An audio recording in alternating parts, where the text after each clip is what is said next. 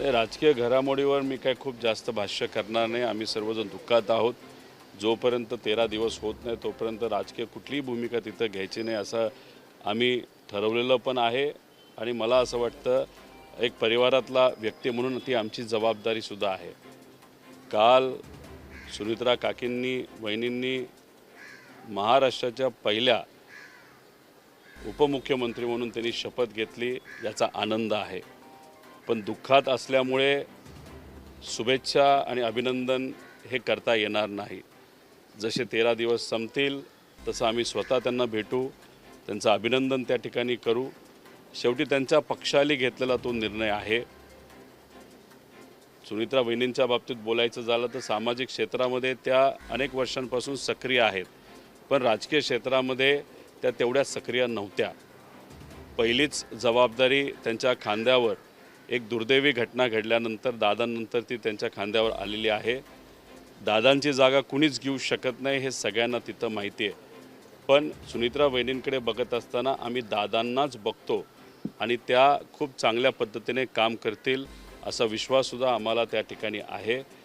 राजकारण काय झालं कसं झालं याच्याबद्दल आज नाही, पण 13 दिवस झाल्यानंतर मात्र या बाबतीत आम्ही स्पष्टपणे त्या ठिकाणी भूमिका घेऊ। पवार कुटुंबियांना या संपूर्ण शपथविधी असेल किंवा इतर गोष्टींची माहिती होती का? कारण विलिनीकरणाची चर्चा काल पवार साहेब देखील म्हटलेले आहे की विलिनीकरणासंदर्भातली चर्चा ही सुरू होती। दादांची इच्छा होती की 12 तारखेला दोन्ही राष्ट्रवादी एकाच मंचावरती एकत्र येणार, हे देखील ठरलेलं होतं। त्या पूर्ण प्रक्रियेमध्ये गेल्या 3 ते 3.5 महिन्यामध्ये मी स्वतः होतो। अनेक वेळा दादांना मी भेटलो होतो। दादांबरोबर काय संभाषण झालं कसं झालं हे आज या ठिकाणी मी सांगणार नाही।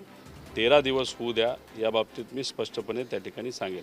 त्यामुळे रोज काहीतरी कन्फ्युजन तयार करायचं आणि मग आपली इकोसिस्टीम वापरून ते कन्फ्युजन इको करायचं, ही पद्धती अयोग्य आहे, ही योग्य नाही आहे।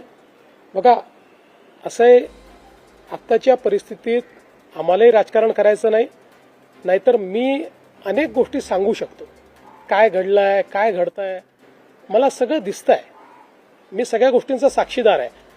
आणि तुम्हाला सगळ्यांना माहिती आहे, माझे आणि अजितदादांचे जे संबंध होते त्यात जवळजवळ सगळ्या गोष्टी ते मला सांगायचे, माझ्याशी शेअर करायचे। त्यांचा दुर्दैवी मृत्यू झाला त्याच्या आदल्या दिवशी जवळपास 1 तासभर आम्ही दोघं गप्पा मारत बसलो होतो। त्यामुळे मला असं वाटतं की या बाबतीत शेवटी खालच्या स्तराचं राजकारण करणं योग्य नाही। त्यांच्या पक्षाने निर्णय घेतला। एक लक्षात ठेवा की आज 2 वेगवेगळे पक्ष झालेले आहेत। शरद पवार साहेबांचा पक्ष आहे, अजित पवार साहेबांचा पक्ष आहे। आता अजित पवार साहेबांच्या पक्षाने हा निर्णय घेतला की आमचं नेतृत्व हे सुनेत्राताईंनी करावं, आणि त्यांनी हा निर्णय घेतला की सुनेत्राताईंनी नेतृत्व करण्याकरता शपथविधी करावा। त्यांनी सुनेत्राताईंना सांगितलं, सुनेत्राताईंनी त्या ठिकाणी तो शपथविधी केला। त्यामुळे हा निर्णय सर्वस्वी राष्ट्रवादी काँग्रेस पक्षाचा आहे। आमची पहिल्या दिवशीपासून एक भूमिका आहे की आमचे साथीदार कोण आहेत, तर राष्ट्रवादी काँग्रेस पक्ष, अजित पवार यांच्या नेतृत्वातला राष्ट्रवादी काँग्रेस पक्ष।